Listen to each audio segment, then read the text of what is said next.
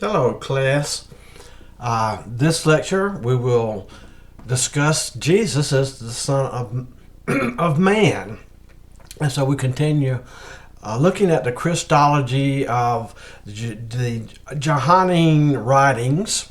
So let's look at Jesus is the Son of Man. There are different uses of the title Son of Man in the Gospel of John.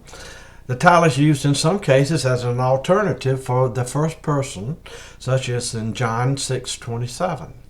Some passages use the title Son of Man and the title Son of God, which we looked at previously in another lecture, interchangeably with reference to Jesus. Other passages contain the same usage where Son of Man and my are interchanged, where Son of Man and I stand in juxtaposition, and where Son of Man is introduced as He who speaks to you. Characteristics of the title Son of Man. Statements about the origin and destiny of the Son of Man. Let's look at that. The descent and ascent of the Son of Man. The descent is integral to John's whole approach to Jesus as the connection between earth and heaven. The ascent is important because it makes clear that the real sphere of the Son of Man is in heaven and not earth.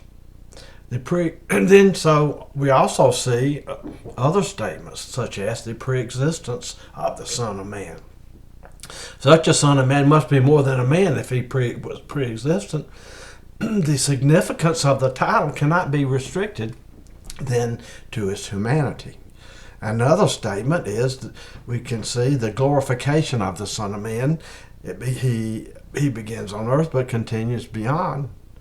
Not only is the Son of Man glorified, but John claims to have beheld his glory. We see John as an eyewitness and a disciple recorded the transfiguration in his gospel.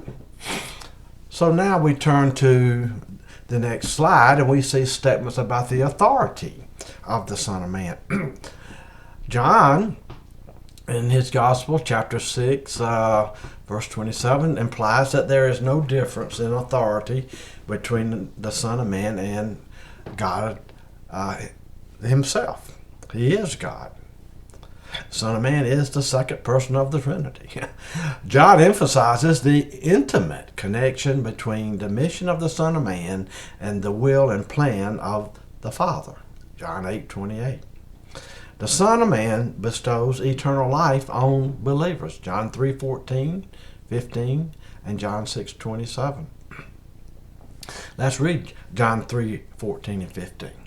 Jesus says, as Moses lifted up the serpent in the wilderness, even so must the Son of Man be lifted up, so that whoever believes will in him have eternal life.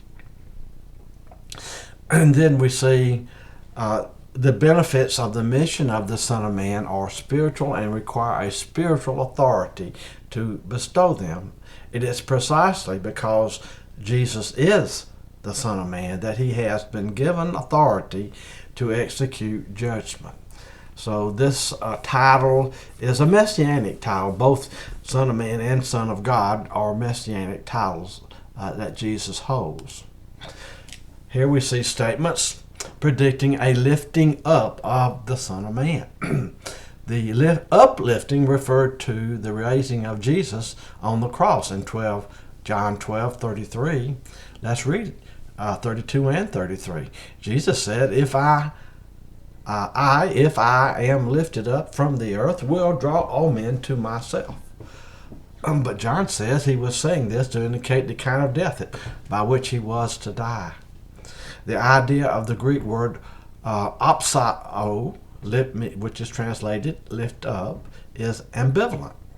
It primarily refers to the passion, that is, the lifting up of Jesus on the cross, yet it retains the overtone of his coming exaltation.